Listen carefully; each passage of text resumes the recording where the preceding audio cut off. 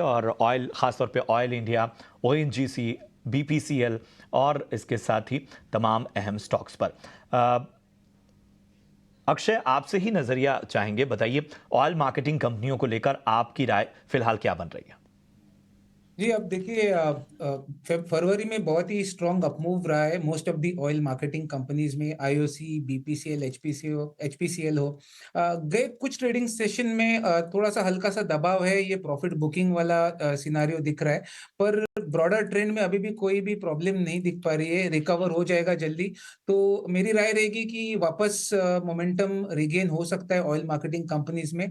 BPCL की बात करूं जो 615 जहां पे अभी ट्रेड हो रहा है स्टॉक, कभी भी आपको रिकवर कर जाएगा, वापस 650 प्लस के लेवल छू जाएंगे। तो बीपीसीएल का चार्ट स्ट्रक्चर स्ट्रांग है, इसे आप ध्यान में रखें। और आईओसी, ये दो मेरे पसंदीदा शेयर है ऑयल मार्केटिंग स्पेस से। आईओसी भी एक सपोर्ट के नजदीक आ रहा है जो 170 का है, तो वहां पे बाय करने की मेरी राय रहेगी। वापस उछलेगा तो 190 जो रिसेंट स्विंग आया था वहां तक छू जाएगा स्टॉक। तो इंडियन ऑयल कॉर्पोरेशन और बीपीसीएल, ये दो स्टॉक में आप ध्यान दें बाय की तरफ।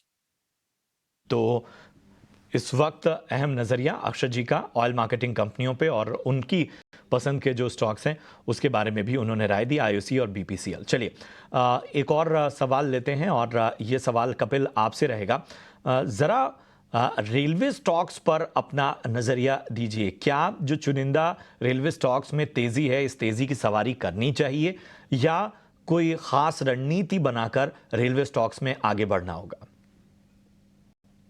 रेलवे स्टेशन का बेसिकली ओवरऑल व्यू हम लेते हैं तो आज जो टेक्समाको रेल है वहां पे एक अच्छी खासी मोमेंटम देखने मिल रही है, राइट्स में एक अच्छी खासी मोमेंटम है, रेलटेल में है और बाकी कुछ केस इंटरनेशनल और जुपिटर वगैरह में फ्लैट से कारोबार हमें देखते हुए मिल रहे हैं।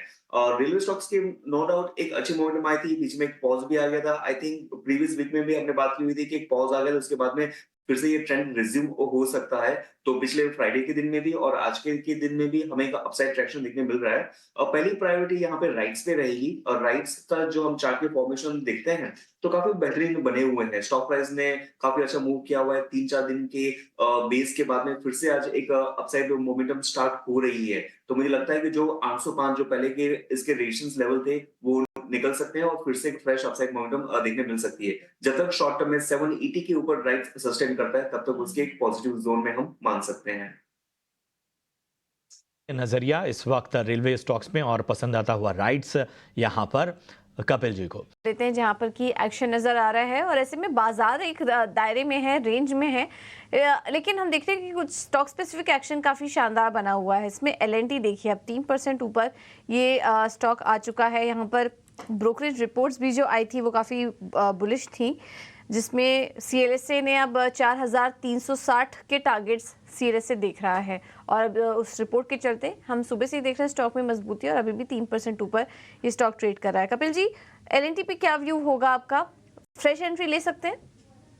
जी, बेसिकली एल&टी अगर हम लार्ज कैप की स्टोरी देखें तो लार्ज कैप ने अभी-अभी ही कुछ उठाना चालू किया हुआ है। पहले तो small cap and mid cap ही चलते थे, लेकिन लार्ज कैप में से एल&टी स्टॉक ऐसा है जो कंसिस्टेंटली काफी अच्छे तरीके से मूव किया हुआ है।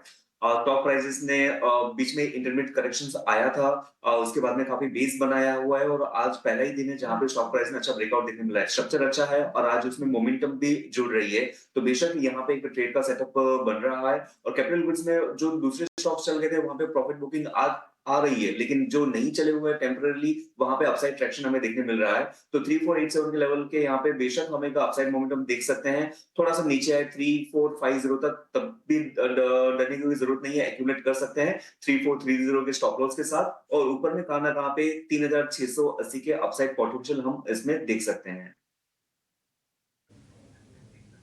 3,600 के लक्ष्य अब आ सकते हैं एलएनटी, जो इमीडिएट टारगेट दिख रहे हैं, तो मौजूदा स्तर पर भी आप तेजी करके चल सकते हैं। एचडीएफसी बैंक में भी थोड़ी बाइंग नजर आ रही है। वैसे तो बैंक निफ्टी नीचे है, लेकिन एचडीएफसी बैंक की वजह से हम देख रहे हैं थोड़ी रिकवरी भी आ रही है। अक्षय जी, क्या सलाह देंगे आप एचडीएफसी बैंक में?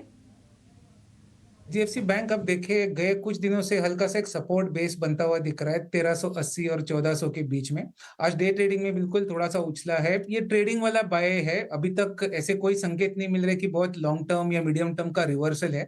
अभी 1433 पे ट्रेड हो रहा है, तो मोमेंटम में आपको 1460 तक ऊपर में दिख सकता है।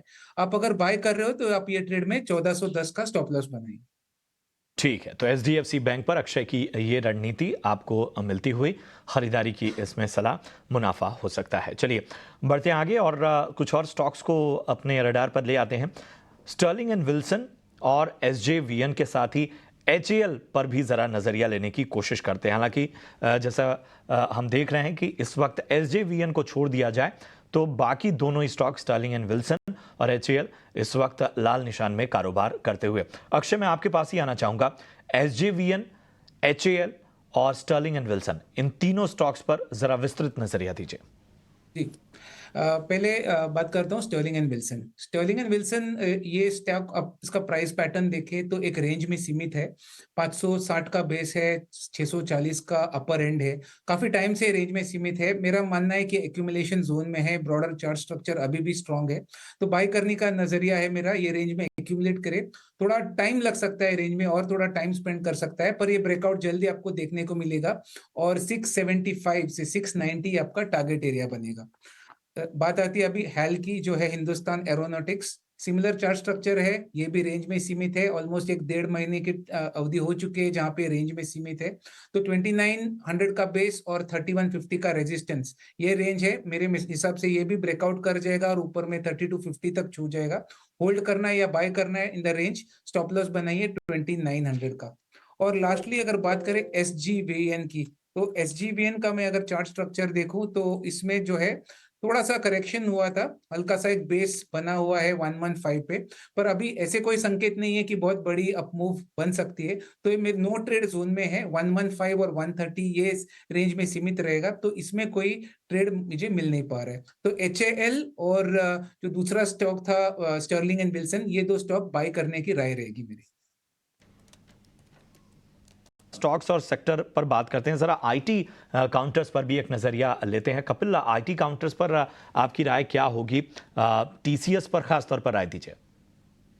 जी, ओवरऑल पहले निफ्टी आईटी का सेक्टर हम देखते हैं तो पिछले 3-4 दिनों से जो भी हमें सेलिंग प्रेशर देखने मिल रहा है वो निफ्टी आईटी के सेक्टर की ओर से ही देखने मिल रहा है। सपोर्ट लेवल पे है, वहां पे थोड़ा सा टेम्पररी बाउंस भी हमें देखने मिला था, लेकिन एक सब्सटेंशियल अपसाइड मोमेंटम नहीं देखने मिली थी। तो ये stock index IT index sideways to positive ही हमें लग रहा है। लेकिन अगर हमारा कुछ शॉर्ट टर्म में आईटी स्टॉक में कुछ होल्डिंग होती है तो इंडेक्स के पर्सपेक्टिव से 37,100 का स्टॉप लॉस हम रख सकते हैं, क्योंकि वो न्यूनतम सपोर्ट लेवल है।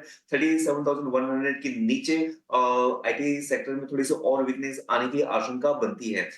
सेक्टर वाइज हम देखते हैं तो mid cap and small cap में पहले काफी अच्छी मोमेंटम थी, लेकिन आज mid cap and small cap में ही हम सेलिंग प्रेशर देख रहे हैं। बिलासॉफ्ट हो गया, परसिस्टेंस हो गया, एम्फेसिस हो गया, वहां पे हमें बारी बर्तों में सेलिंग प्रेशर देखने मिली हुई है। हालांकि जो लीडिंग स्टॉक्स है लेट्स कोफोर्ज, एलटीटीएस, वहां पे एक थोड़ा सा माहौल संभला हुआ है। टीसीएस का मैं चार्ट देखता हूं तो वो भी 1.25% की नेगेटिव नेस के साथ चल रहा है और अभी भी एक सपोर्ट लेवल पे है, लेकिन बाय का ट्रैक्शन हमें देखने नहीं मिला हुआ है।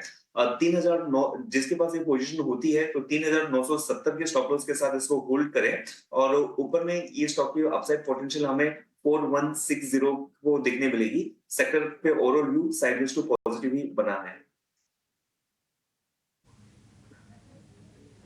ठीक है, तो ये है सलाह आईटी स्टॉक्स पर।